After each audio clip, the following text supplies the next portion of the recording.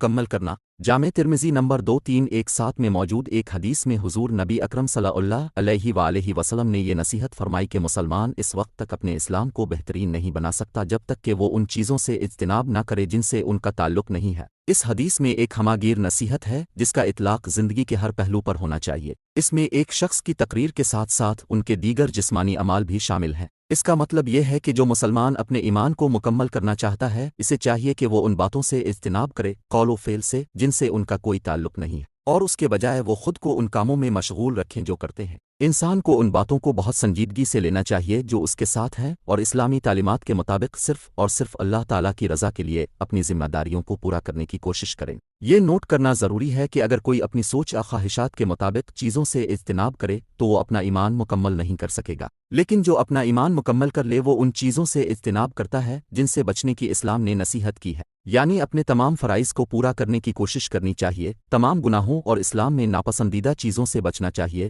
اور غیر ضروری حلال چیزوں کے زیادہ استعمال سے بھی پرہیز کرنا چاہیے۔ اس فضیلت کو حاصل کرنا ایمان کی فضیلت کی ایک خصوصیت ہے جس کا ذکر صحیح مسلم نمبر 99 کی حدیث میں ہے۔ یہ اس وقت ہوتا ہے جب کوئی شخص اللہ تعالیٰ کی عبادت اس طرح کرتا ہے کہ گویا وہ اس کا مشاہدہ کر سکتا ہے، یا وہ کم از کم اللہ سے پوری طرح واقف ہو جاتا ہے، ان کے ہر خیال اور عمل کا مشاہدہ کرنے والا۔ اس الہی نگرانی سے آگاہ ہونا ایک مسلمان کو ہمیشہ گناہوں سے پرہیز کرنے اور اعمال صالحہ کی طرف جلدی کرنے کی ترغیب دے گا۔ جو ان چیزوں سے پرہیز نہیں کرتا جن سے کوئی تعلق نہیں، وہ اس درجہ فضیلت کو نہیں پہنچ سکتا۔ ان چیزوں سے اجتناب کرنے کا ایک بڑا پہلو جن سے انسان کو کوئی سروکار نہیں ہوتا ہے، اس کا تعلق تقریر سے ہے۔ گناہوں کی کثرت اس وقت ہوتی ہے جب انسان ایسے الفاظ کہے جن سے کوئی تعلق نہ ہو، جیسے غیبت اور غیبت۔ فضول گفتگو کی تعریف یہ ہے کہ جب کوئی شخص ایسے الفاظ کہے جو گناہ کے نہ ہوں لیکن بیکار ہوں اور اس لیے ان کی فکر نہ ہو، جیسا کہ صحیح بخاری نمبر 2408 میں موجود ایک حدیث سے ثابت ہے کہ فضول باتیں اللہ تعالیٰ کو ناپسند ہیں۔ لاتعداد دلائل، لڑائیاں اور یہاں تک کہ جسمانی نقصان صرف اس وجہ سے ہوا ہے کہ کسی نے ایسی بات کی جس سے انہیں کوئی سروکار نہیں تھا۔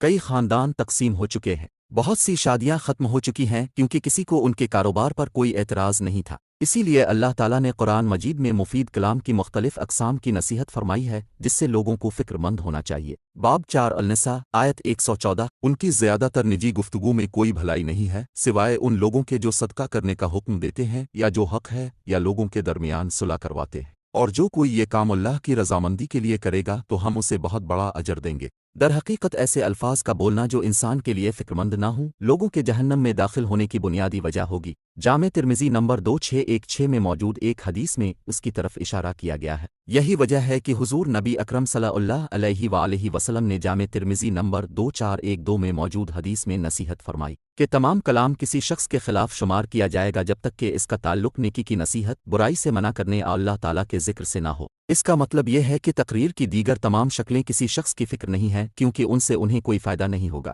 یہ نوٹ کرنا ضروری ہے کہ اچھی نصیحت کرنا ہر اس چیز کو شامل کرتا ہے جو کسی کی دنیاوی اور مذہبی زندگی میں فائدہ مند ہو، جیسے کہ وہ پیشہ۔ لہذا مسلمانوں کو چاہیے کہ وہ قول و فعل کے ذریعے ان باتوں سے بچنے کی کوشش کریں جن سے ان کا کوئی تعلق نہیں ہے تاکہ وہ اپنا ایمان کامل کر سکیں۔ سیدھے الفاظ میں، جو شخص ان چیزوں کے لیے وقت لگاتا ہے جن سے کوئی سروکار نہیں ہوتا وہ ان چیزوں میں ناکام ہو جاتا ہے جن سے ان کا تعلق ہے، اور جو اپنے آپ کو ان چیزوں میں مشغول رکھتا ہے جو ان سے متعلق ہیں وہ ان چیزوں پر خرچ کرنے کے لیے وقت نہیں پائے گا جو ان سے متعلق نہیں ہے، یعنی اللہ تعالیٰ کی رحمت سے دونوں جہانوں میں کامیابی حاصل کریں گے۔ آخر میں، جو اپنے آپ کو ان چیزوں میں مشغول رکھتا ہے جو ان سے متعلق ہیں وہ تمام مفید دنیاوی اور دینی چیزوں کو مکمل کر لیتا ہے جن کے وہ ذمہ دار ہیں، اور اس لیے ذہنی سکون حاصل کر لیتے ہیں۔ تناؤ کے اہم ذرائع میں سے ایک یہ ہے کہ جب کوئی اپنے آپ کو ایسی چیزوں میں مشغول کر لیتا ہے جن سے اس کا کوئی تعلق نہیں ہے کیونکہ یہ اسے اپنی دنیاوی اور مذہبی ذمہ داریوں کو پورا کرنے سے روکتا ہے۔ صحیح طریقے سے برتاؤ کرنے سے کسی کو اپنی اہم ذمہ داریاں پوری کرنے کا موقع ملے گا،